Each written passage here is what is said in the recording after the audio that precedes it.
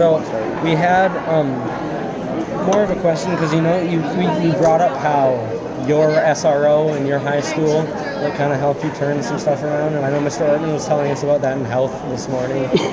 What's that? On how your SRO in high school, you said kind of helped you like turn your. We were wondering if we could get more info on that.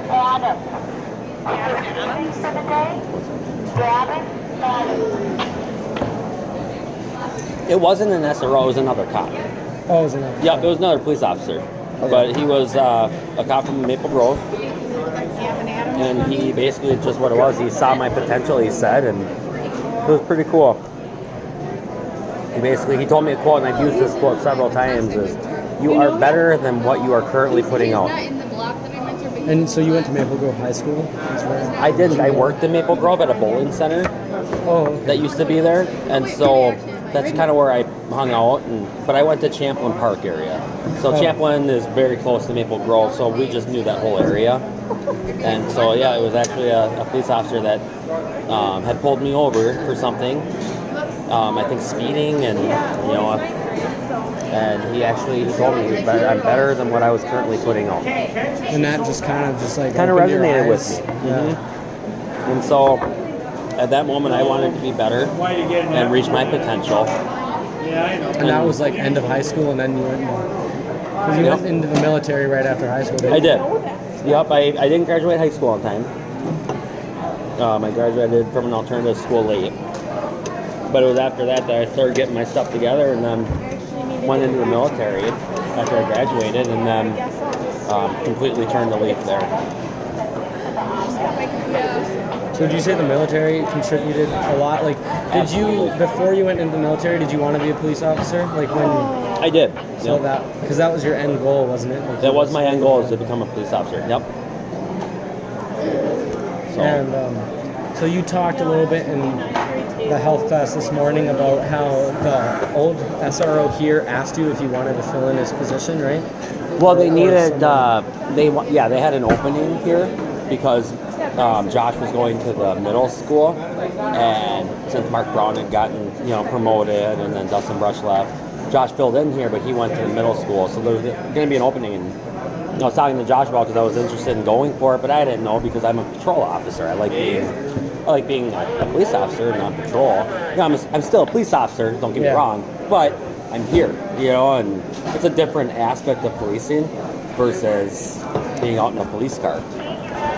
So it was, talking to Josh, and it was more than that. I had to ask him about how he liked his job and stuff, and he really helped me through it to make my decision. But it was when I asked him if they still serve the turkey and mashed potatoes with gravy, and he said yes, so I said I'm in. So. What was the other question you were what do you do at the police station before school, like more specifically? I get caught up with my partners of what happened, what's going on around the city. I have to research and see if anything happened involving any juveniles, and so I have to kind of set up, do I need to call Human Services or call the staff and let them know about what's going on? Do I have any students I have to talk to the next day? We're really good at that. Because anything juvenile related, they pretty much send to either me or Josh, the other SRO for the middle school. Okay. So if they're in high school, they're going to send the calls to me because that's what I do now, and so I go in there and I read reports, and I'll get my squad check going, get my gear ready for them, if I'm going to need my medical bag, and, get everything ready for what I'm going to do, and then I come over to the school, and then I try to go to the parking lot right off the bat, so. And is that what you're talking about, like getting your briefing in the morning? Mm-hmm. Yeah, that's the best word. I'll talk to the chief, I'll talk to whoever's on and find out, what's going on, or if there's anything I need. Because another thing is I do still cover, the road once in a while too. Like if my partners call for backup, then I'll go, and help my partners. I'm allowed to, do that because, quite frankly, if it's an emergency call or if it's a medical, we can go help out and stuff. But I try to be here as much as I can because this is what I signed up to do, and this is where, they fund for me to be here. So SRO is definitely my number one priority. So that's why I'm pretty much here nonstop now. What police academy did you go to? I went to What did you do after? Hennepin Tech, so it's the Law Enforcement Education Center, located at Hennepin Technical College. Is there another? So like right after the Navy, you went there. Nope. Or what did you- So what I did is I went to the Navy for 4 years, and then I was auctioning aircraft off the flight deck or helping with the maintenance. Yeah. And then after that, I came home, and then I became a corrections officer at Sherburne County Jail. So I was a corrections officer for 9 years altogether. During that time, then I started going to school, and then once I got licensed, then I actually applied at Maple Grove, worked there for about 6 months, and then decided I wasn't a fit for that. I didn't care for that department.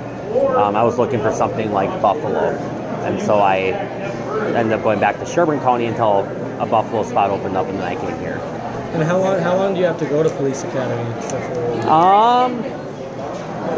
It depends. It's a 2-year degree, 2-year associate's degree. You know, like I was going part-time at the time because I worked 40 hours and I was getting married and having kids. And so for me, it took me about 3.5 years probably of schooling altogether.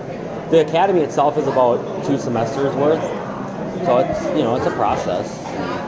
Because I know you said that every now and then you go back to you still like go through training like constantly, like all police officers. You said you still go through training.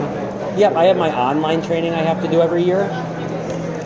You have to have like 40 hours or something like that of training to keep your license activated after I think 3 years.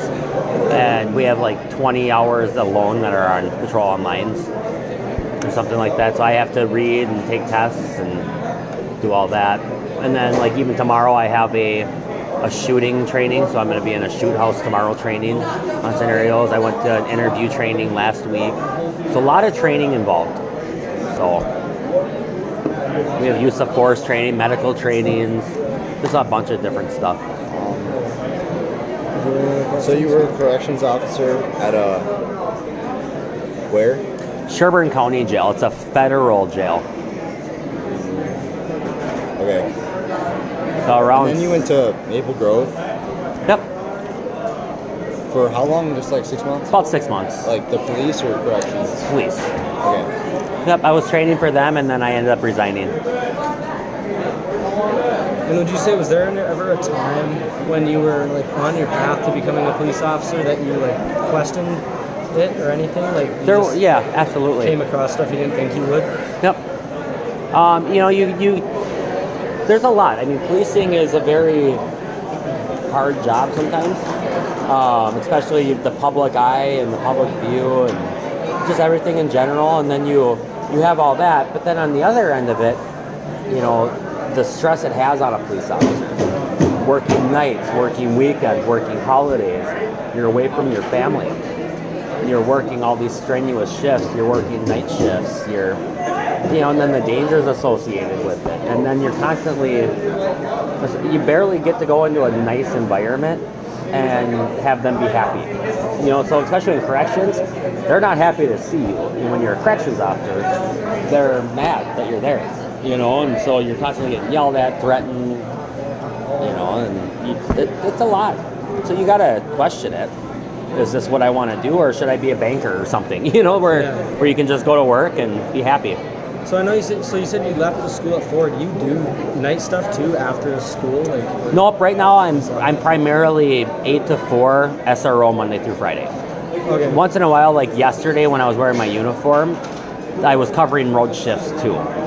So I was here unless I got a call for service in the city, and then I would go and respond to the call. And then, help out my partners and stuff. But we try to typically have me as just the SRO, unless there's like a significant emergency or something, then I'll go. So if my partners call for something on the road, then I'll go and back them up because I'm available too, But nope, I'll start patrolling again in the summertime. Oh, so you patrol in the summer? Yep. Okay. Yep. Whenever you guys don't have school, I'll patrol. So do you ever work weekends, or is it? In the summertime, I'll go back to my normal schedule. So I'll have night shifts this summer. So I'll be 2 p.m. until 12:30 a.m. And I'll work 10.5-hour shifts, and I'll work 4 days on, 4 days off. and I'll rotate that way. So wherever your 4 days lines up is what days you have off or on.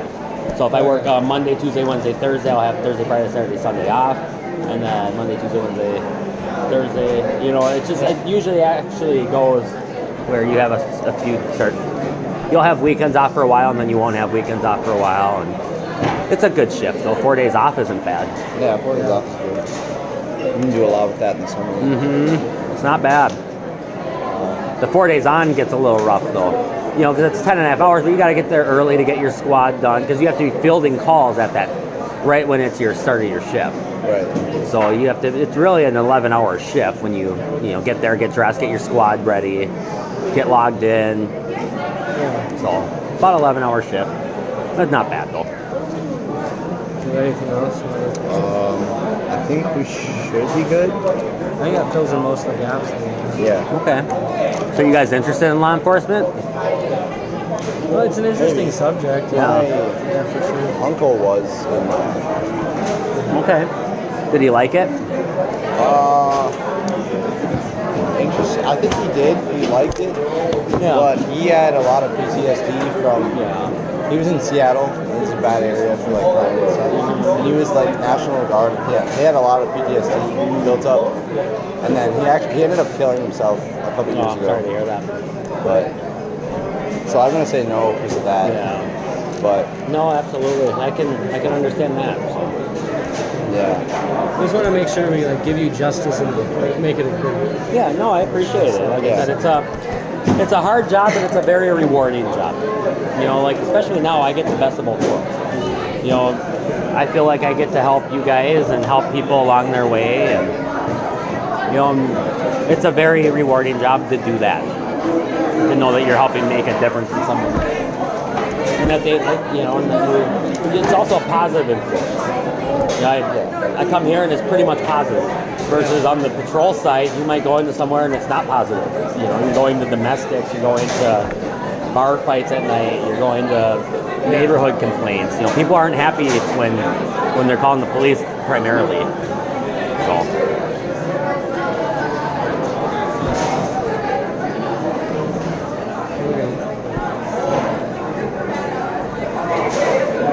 I think that should be pretty good, right?